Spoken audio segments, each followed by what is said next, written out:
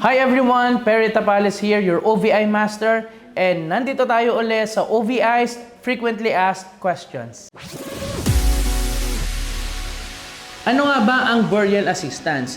Isa ito sa benefit na makukuha ng isang member or partner ng Orvis Victus International na covered ng ating SealPro.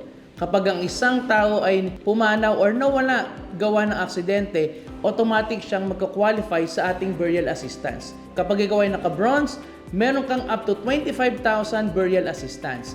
Kapag ikaw naman ay naka-platinum, meron kang up to 50,000 burial assistance. Lagi natin tandaan, magkaiba po ang funeral expense at burial expense. Kapag magsasubmit ka ng requirements sa OVI, siguraduhin na ang official receipt ay nakapaloob ang lahat ng ginastos mo sa pagpapalibing at ang nakapaloob or nakalagay sa resibo ay burial expense. Once again, to know more about Orvis Victus International, tuned in sa ating OVI's Frequently Asked Question videos.